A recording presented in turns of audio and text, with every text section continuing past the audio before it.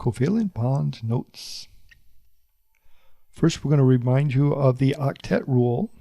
It says atoms tend to gain, lose, or share electrons in order to acquire stability. In covalent bonds, the atoms are sharing electrons. Stability means they have a full set of 8 valence electrons. That means their outer shell of electrons is full.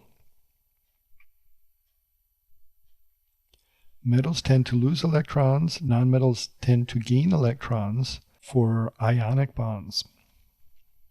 So let's look at the ionic bond between sodium and fluorine. Notice that sodium has 1 extra electron. Notice that fluorine is missing 1 electron. So as they get closer to each other, this fluorine has a very strong electronegative charge to it, and it's going to rip that electron off of the sodium onto itself. Once that electron transfers over, now the fluorine has an extra electron, so it becomes an anion. It has a negative charge, and the sodium is missing an electron, so it has a positive charge. It becomes a cation. We know objects with opposite charges are going to attract to each other, so the sodium and fluorine are going to attract together and make what we call an ionic compound. They're held together by an ionic bond. So ionic bonds occur between metals and nonmetals. Here we have 2 nonmetals, and they can also stick together. Fluorine is the most electronegative atom. So this fluorine is going to be pulling on one of the electrons from this fluorine atom, but this fluorine atom is going to be pulling on one of the electrons from this fluorine atom. So they're going to pull each other towards each other, and then they're going to end up sharing 2 of their electrons. So this is what we call a molecular compound, and the type of bond is a covalent bond. These 2 atoms are sharing electrons instead of one giving up its electron to the other one. So on our note page, we're going to define covalent bond occurs between nonmetals. If we had a metal, the metal would lose electron, then there'd be ions, and the ions would stick together. The atoms share their electrons, so they both have a complete set, an octet. Lewis dot, before we went on break, we learned how to do the Lewis dot structures. These are going to be helpful figuring out what our molecules are going to look like. An atom can achieve a noble gas configuration, that means the full octet, by sharing electrons with other atoms.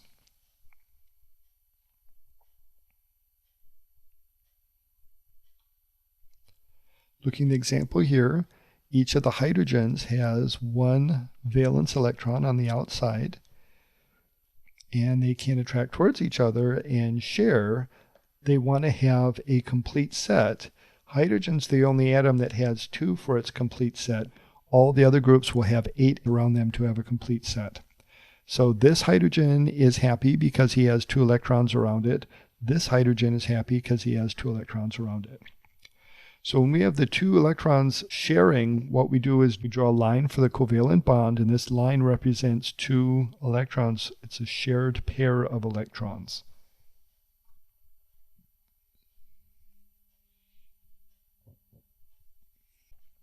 Let's look at a couple chlorine atoms. Each one of these atoms is missing 1 electron, so you can see when we put them together, they're going to be sharing those 2 middle of electrons.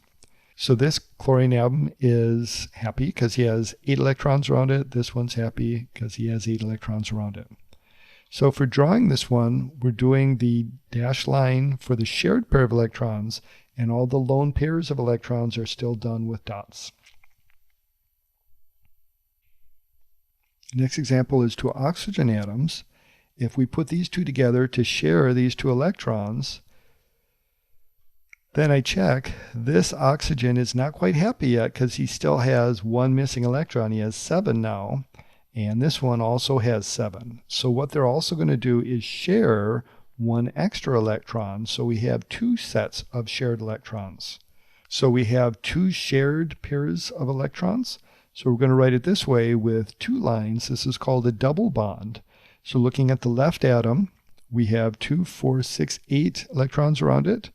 and this one has 2, 4, 6, 8. Remember, each one of those lines represents 2 electrons. It's a shared pair. So this is what an oxygen molecule and O2 molecule looks like. All right, steps for compounds. We're going to be drawing these diagrams today. First step is we have to count the total number of valence electrons on all of the atoms in the molecule. Second, we choose the one that goes in the center. Hydrogen and halogens will never be in the center because they only need one extra electron for their bond to be complete. And to be in the center, you need to have multiple bonds going out to other atoms. The one that goes in the center has the least electronegativity. That would be the one that closest to the bottom left corner of the periodic table. So it's the one that's on the left, or the one that's on the lower layer will be the least electronegative. Then we're going to draw a single bond from the center atom to all the surrounding atoms. Then we're going to fill in all the remaining pairs of electrons to form their complete octets on the outer atoms, and then leave the central atom to last. And you're going to add electrons until you get up to this total number of valence electrons. Lastly, you're going to check for the octet in the center atom to see if we have to create a double or a triple bond. All right, we'll go through some examples. So first we have to figure out the total number of valence electrons. So for sulfur it has 6 valence electrons, oxygen has 6 valence electrons, but there's 2 atoms, so we have to double that 6. We have a total of 18 valence electrons between these 3 atoms. S is going to go in the center because it's less electronegative. It's below oxygen on the periodic table. So we start with the S and we draw single bond lines out to each of the atoms. There's only 2 oxygens, so we only have 2. If there was 3, there would be a third one going up here. Then we're going to fill in the electrons around the 2 oxygens. So we already have 2 here, so it's 4, 6, 8. So this one's complete. And then this oxygen, we have 2 here, 4, 6, 8. So this one's complete. So we've done 16 electrons so far, but there's 18 valence electrons, so the extra ones are going to go on the sulfur atom there. Then we check for octets. This one has 8. This one has 8. This one only has 2, 4, 6. It doesn't quite have enough, so what's going to happen is one of the oxygens is going to share an extra pair of electrons to make a double bond down in here. So it's going to look like this. Now if we check, this one has 8 around it. This one still has 8 because each line represents 2 electrons. So we have 2, 4, 6, 8. And now the sulfur also has 8. 2, 4, 6, and 8. Whenever you have a lone pair on the center atom like this, these extra electrons are going to repel the other ones away and the molecule ends up with a bent shape. Next week we'll look at the different shapes of the molecules. This one is called bent. Next example, CO2. We're going to start off with valence electrons. Carbon has 4 valence electrons. Oxygen has 6 valence electrons, and there's 2 of them. So we have a total of 16 valence electrons. Carbon is left of oxygen, so it's going to go in the center. We draw a single line out to each one of the other atoms. Again, there's 2 oxygen atoms. Then we fill in the electrons around the outside atom because we want this one to have a full 8. So we got 2, 4, 6, 8. This oxygen, we got 2, 4, 6, 8.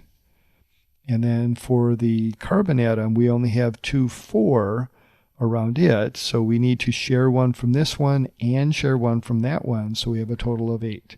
So we're going to have double bond on each side. This molecule does not have a lone pair of electrons on it, so it will not repel them, and it just stays in a straight line. That's called a linear molecule.